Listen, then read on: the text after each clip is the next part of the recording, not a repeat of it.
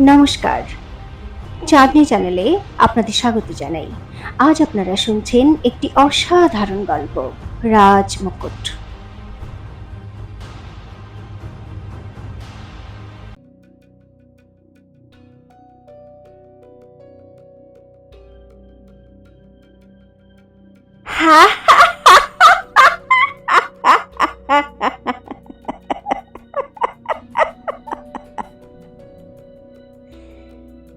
ওই রহস্যময়ী মহিলার হাসি অনেকক্ষণ ধরে গার্গীর ঘরে শোনা গেল।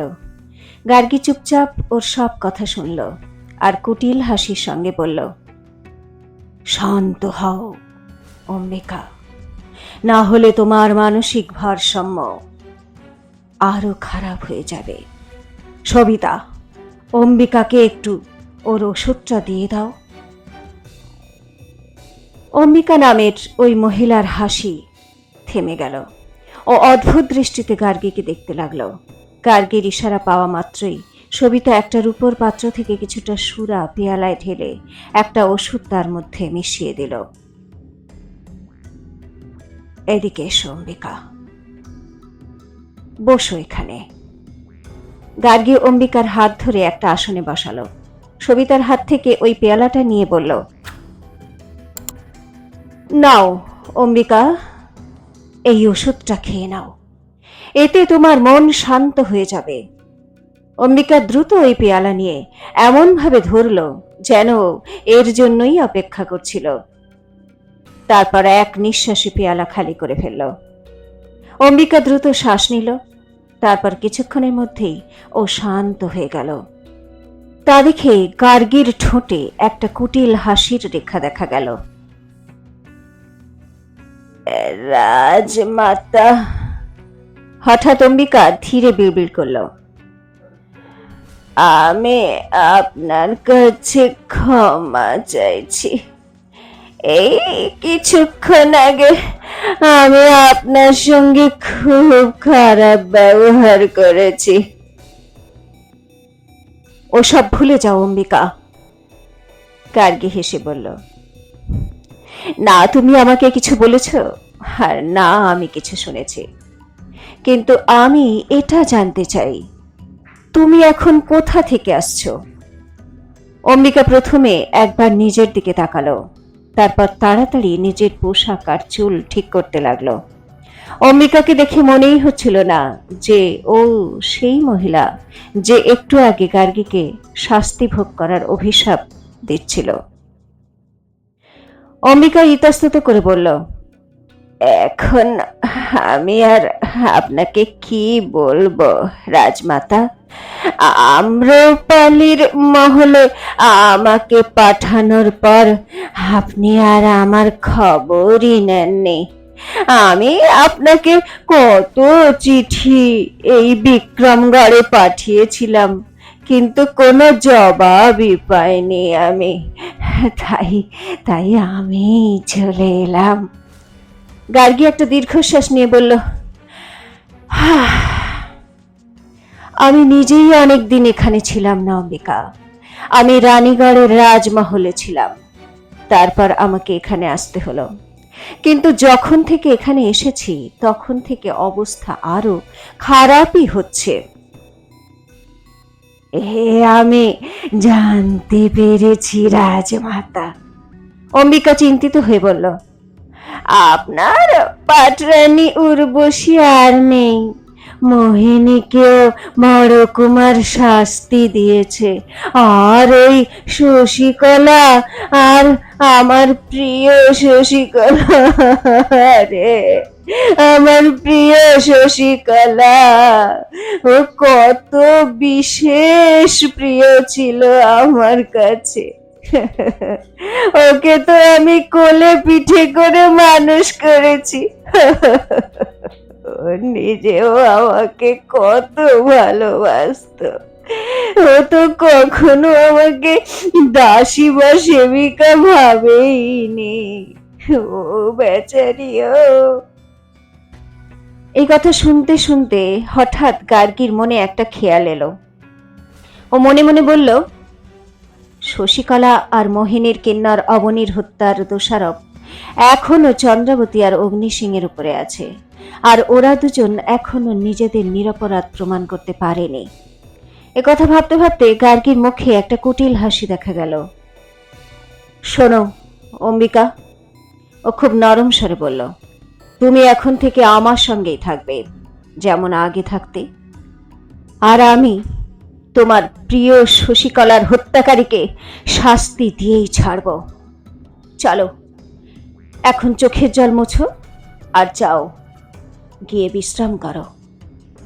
সবিতা অম্বিকার থাকার শাহী ব্যবস্থা করো, আর ওর ওষুধ ঠিক সময়ে দিতে থাকবে। অম্বিকা একজন আজ্ঞাকারী সেবিকার মতো উঠে সবিতার সঙ্গে চলে গেল। সবিতা একটা দীর্ঘশ্বাস ছেড়ে বিছানায় শুয়ে ঘুমানোর চেষ্টা করতে থাকলো। ওদিকে চন্দ্রাবতী সবই নিজের ঘরে ঢুকতে যাচ্ছিল, তো তাকে দেখে কিন্নর সোনাল একদম চিন্তায় পড়ে গেল আর একেবারে অবাক হয়ে গেল। হায় হায় মহারানী মা, এ আপনার পোশাকে এত রক্ত! জবাবে চন্দ্রাবতী সব ঘটনা সোনালকে বলতে শুরু করলো। সব শুনে সোনালের বিস্ময়ের অন্ত রইল না। আমি তো এটা আগে থেকেই জানতাম মহারানী মা, ও চিন্তার সুরে বলল। বীরেন্দ্র প্রতাপ বিক্রমগড়ের মহারাজ হতে পারে, কিন্তু আসল শাসন ব্যবস্থার কাঠামো তো রাজমাতারই তৈরি। কিন্তু আপনার কাছে একটা খুব ভালো সুযোগ ছিল, ওখানেই রাজমাতার মুখোশ অগ্নি সিংহের সামনেই খুলে দেওয়া দরকার ছিল আপনার। না সোনাল, এর পরিণতি অনেক ভয়ানক হতো। চন্দ্রাবতী চিন্তিত হয়ে বলল, অগ্নিকে রাজদ্রোহী প্রমাণ করে সঙ্গে সঙ্গে মেরে ফেলা হতো। পেশাদার হত্যাকারী ঘাতক সিং আগেও রাজমাতার আদেশে অগ্নি সিংকে হত্যা করার চেষ্টা করেছিল। এই ঘটনার মাধ্যমেই অগ্নি ভেবেছে গার্গীর সঙ্গে ওর কোনো পুরনো শত্রুতা আছে, গার্গী ওকে হত্যা করেছে। কিন্তু গার্গীর সঙ্গে ওর মায়ের কি শত্রুতা ছিল তা অগ্নি জানে না। ও জানে না ওর মা এই রাজমহলেরই একজন পাটরানী ছিল। একথা শুনে সোনাল সঙ্গে সঙ্গে বলল, কিন্তু যদিও তাড়াতাড়ি প্রমাণ নিয়ে চলে আসে, তখন আপনি কি করবেন? তখনও কি অগ্নির হাত থেকে আপনি রাজমাতাকে বাঁচাবেন?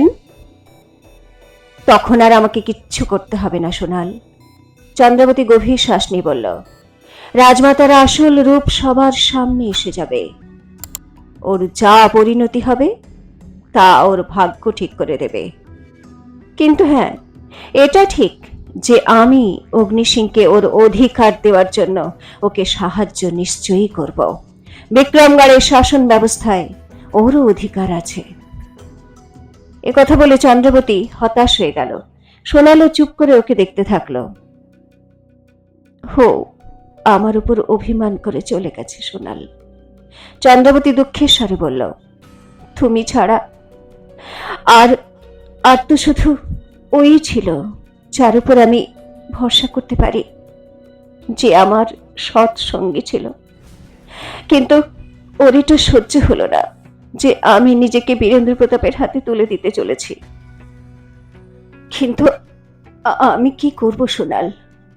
বীরেন্দ্র প্রতাপের এই ভ্রষ্টাচারী আর অত্যাচারী শাসন ব্যবস্থা পাল্টানোর জন্য এখন শুধুমাত্র এই একটা রাস্তাই আমার কাছে পড়ে আছে। চন্দ্রাবতী ভাবুক হয়ে বলল। তা দেখে সোনাল ওর হাত চন্দ্রাবতীর কাঁধে রেখে বলল, আপনি একজন যোদ্ধা মহারানী মা, আর যা কিছু করছেন একদম ঠিক করছেন। আপনি পরিকল্পনা পাল্টেছেন ঠিকই, কিন্তু এই পরিকল্পনায় আপনি একজন যোদ্ধাই থাকবেন, আর একজন যোদ্ধার মতোই এই লড়াই জয় করবেন। আর যুদ্ধ জেতার জন্য সাম দাম দণ্ডভেদ সব অস্ত্রই নিজের আয়ত্তে আনতে হয়। আপনি দেখবেন মহারানী মা, অগ্নি একদিন নিশ্চয়ই আপনার কাছে আসবে, কারণ ও আপনাকে ভালোবাসে। চন্দ্রবতী জবাব দিল না, কিন্তু সোনালের এইসব কথায় ওর হতাশা দূর করে দিল, ওর সাহস বাড়িয়ে দিল। কিন্তু এবার আপনি স্বার্থপর হয়ে যান মহারানী মা।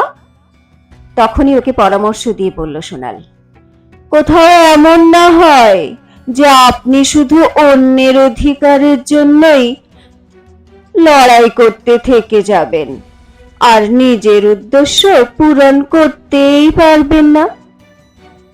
এবার নিজের জন্য কিছু করুন। চন্দ্রাবতী হেসে মজার ছলে বলল, ঠিক আছে আমার ঠাকুমা, কিন্তু সবার আগে আমার জন্য তুমি একটা কাজ করো তো। তাড়াতাড়ি স্নানাগারে গরম জলের ব্যবস্থা করো। দেখো, ওই হত্যাকারী ঘাতক সিংহের সঙ্গে লড়াই করতে করতে আমার পোশাকই শুধু নয়, আমিও রক্তে মাখামাখি হয়ে গেছি। আরে মহারানী মা, গরম জলের ব্যবস্থা তো আমি সব সময়ই করে রাখি আপনার জন্য। সোনাল উত্তরতে বলল, দিন, এই নোংরা কাপড় আমাকে দিন আর তাড়াতাড়ি স্নান করে নিন। সোনাল চন্দ্রাবতীর পোশাক খুলে দিতে লাগলো। নিজের শরীরে হালকা সুতির কাপড় জড়িয়ে স্নান করতে স্নানাগারে চলে গেল চন্দ্রাবতী। সেখানে একটা সুন্দর পাথরের টবে সত্যি গরম জলের ব্যবস্থা ছিল। চন্দ্রাবতী কিছু সুগন্ধি আতর জলের মধ্যে গুলে টবের মধ্যে নামলো। গরম জলের স্পর্শে ওর সব ক্লান্তি উবে গেল। ও নিজের চোখ বন্ধ করে জলের মধ্যে হাত নেড়ে খেলা করতে লাগলো। তখনই হাওয়ায় স্নানাগারের জানালার পর্দা নড়ে উঠল। চন্দ্রাবতী ওখানে কাউকে দেখতে পেল। সে সঙ্গে সঙ্গে অন্ধকারে হারিয়ে গেল। চন্দ্রাবতী প্রথমে চমকে উঠল, তারপরেই যেন ও সবটা বুঝতে পারল। আমি জানি বীরেন্দ্র প্রতাপ, এই তুমি। চন্দ্রাবতী মনে মনে বলল, খুব উতলা হচ্ছ না? তুমি নিজেরই বোনা জালে নিজেই ফাঁসার জন্য। চন্দ্রাবতীর ঠোঁটে চাতুর্যের হাসি খেলে গেল। পরের দিন সকাল সকাল চন্দ্রাবতীর কাছে খবর এলো বীরেন্দ্র প্রতাপ ওকে মন্ত্রিমণ্ডলের সভায় ডেকেছে। চন্দ্রাবতী দ্রুত প্রস্তুত হলো। নিজের ঘর থেকে বেরোতে গিয়ে চমকে উঠল, কারণ ওর সামনে একজন মহিলা দাঁড়িয়েছিল। এ অম্বিকা, যাকে চন্দ্রাবতী প্রথমবার দেখছে। ও, তুমি সেই নির্বোধ মহারানী। অম্বিকা চন্দ্রাবতীকে মাথা থেকে পা পর্যন্ত দেখতে দেখতে বলল, এত সকাল সকাল রানীমহল থেকে বেরিয়ে কোথায় যাচ্ছ? রাজমাতার অনুমতি নিয়েছ তো তুমি? অম্বিকার এরকম অদ্ভুত ব্যবহারে চন্দ্রাবতী ঝামেলায় পড়ে গেল। তখনই অম্বিকা হেসে বলল, আরে তুমি তো ভয় পেয়ে গেলে মহারানী হয়ে, ভয় পেয়ে গেলে। না না না, আমাকে তোমার ভয় পাওয়ার কোনোই দরকার নেই। আমি অম্বিকা, রাজমাতার বিশেষ দাসী।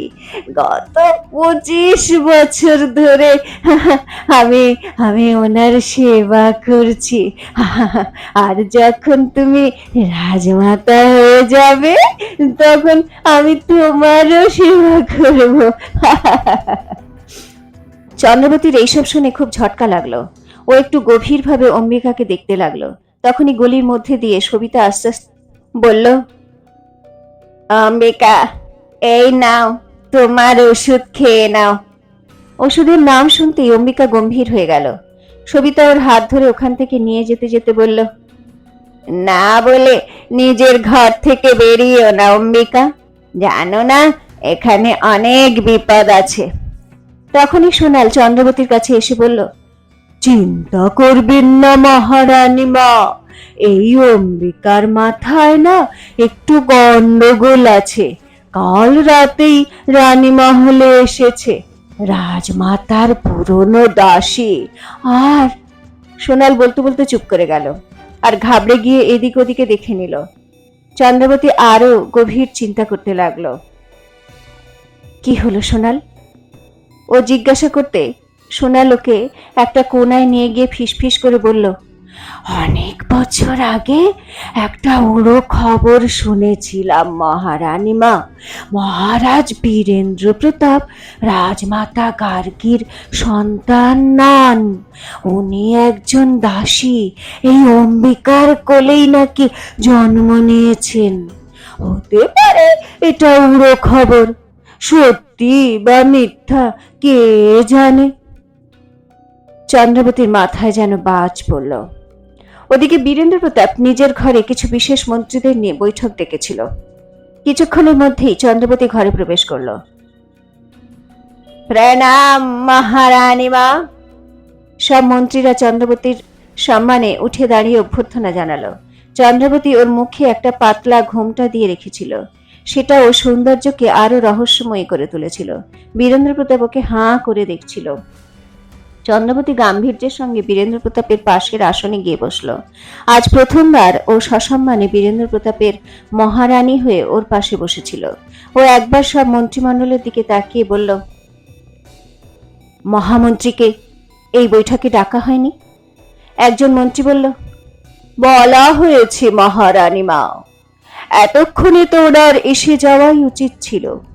আপনি চাইলে ওনাকে ছাড়াও বৈঠক শুরু করা যেতে পারে। হ্যাঁ চন্দ্রাবতী, বীরেন্দ্র প্রতাপ বলে উঠল, এখন এখানে যে সকল মন্ত্রীরা উপস্থিত আছেন তারা আমার পুরনো বিশ্বস্ত। তোমার মতোই ওদের উপর আমি চোখ বন্ধ করে ভরসা করতে পারি। এ কথা শেষ করতেই মোহিনীর বাবা বজ্রকেতু ঘরে প্রবেশ করলো। তুমি? ওকে দেখে বীরেন্দ্র প্রতাপের মুখ রাগে লাল হয়ে গেল। তোমার সাহস কি করে হলো এখানে প্রবেশ করার? কি নিতে এসেছো এখানে এবার? মহারাজ, বজ্রকেতু অনুনয় বিনয় করে এসে বলল, মোহিনীকে একান্ত মহল থেকে মুক্ত করে দিন। ও নিরপরাধ। যদি কোনো শাস্তি দিতেই হয় তো আমাকে দিন। কিন্তু ওর কোনো কথা শোনার আগেই বীরেন্দ্র প্রতাপ চিৎকার করল, কেউ আছো? বার করে দাও ওকে এখান থেকে। দ্রুত দুজন দারোয়ান ঘরে এলো আর বজ্রকেতুকে ধরল। দাঁড়াও, চন্দ্রাবতী উচ্চস্বরে বলল। দুজন দারোয়ান নিজের জায়গায় দাঁড়িয়ে পড়ল। রাজা বজ্রকেতু। চন্দ্রাবতী বজ্রকেতুকে দেখে নরম স্বরে বলল, আপনি নিশ্চিন্ত থাকুন, উর্বশীর মৃত্যুর তল্লাশি আমি করছি। যদি সত্যিই মোহিনী নিরপরাধ হয় তাহলে আমি ওর কিছু হতে দেব না। ওর কথা শেষ হতেই ওখানে একটা শব্দ শোনা গেল, নিরপরাধ তো তুমিও নাও চন্দ্রাবতী। সবাই চমকে দেখলো সামনে রাজমাতা দাঁড়িয়ে। বীরেন্দ্র প্রতাপ সহ সব মন্ত্রীরা অবাক হয়ে রাজমাতাকে দেখছিল। চন্দ্রাবতী মনে মনে রাগে ছটফট করতে করতে বলল, ও তো আবার একটা নতুন চাল। গার্গী বীরেন্দ্র প্রতাপকে বলল, ক্ষমা করো বড় কুমার, আমি তোমার এই গুরুত্বপূর্ণ বৈঠকে বাধা দিতে এসেছি। কিন্তু আমি চাই যদি ন্যায় বিচার হয় তো সেটা পুরোপুরি হোক। শুধু উর্বশীর হত্যার যাচাই হবে কেন, তোমার আর একজন পাটরানী শশীকলা আর মোহিনীর কিন্নর অবনীর হত্যাও তো হয়েছিল, আর তার অভিযোগ থেকে তোমার মহারানী এখনো বেকসুর প্রমাণিত হয়ে যায়নি। বীরেন্দ্র প্রতাপ চিন্তিত দৃষ্টিতে চন্দ্রাবতীর দিকে তাকালো, কিন্তু চন্দ্রাবতী সহজভাবে বসে এই সমস্ত কিছু শুনছিল। বড় কুমার, গার্গী আরো বলল, আমি চাই যে মোহিনীকে নিরপরাধ প্রমাণ করার আগে তোমার এই মহারানী নিজেকে নির্দোষ প্রমাণ করুক। তখনই তো তোমার সঙ্গে বসার যোগ্য হয়ে উঠবে এ। তখনই ওকে মন্ত্রীমহলে নিযুক্ত করা উচিত হবে তোমার। না হলে এটা তোমার স্বেচ্ছাচারিতা ভাবা হবে, আর প্রজাদের মধ্যে তোমার প্রতিচ্ছবি অত্যন্ত খারাপ হতে বেশি দেরি লাগবে না। তাহলে চন্দ্রাবতী এখন রাজমাতার এই চালের কি জবাব দেবে? কেই বা মেরেছিল শশীকলা রবণীকে? আর কি বা এই অম্বিকা নামের দাসীর রহস্য? সত্যি কি বীরেন্দ্র প্রতাপ অম্বিকারই ছেলে, জানার জন্য শুনতে থাকুন রাজ মুকুট, এক ঐতিহাসিক প্রতিশোধ, শুধুমাত্র চাঁদনীর সঙ্গে, চাঁদনী চ্যানেলে।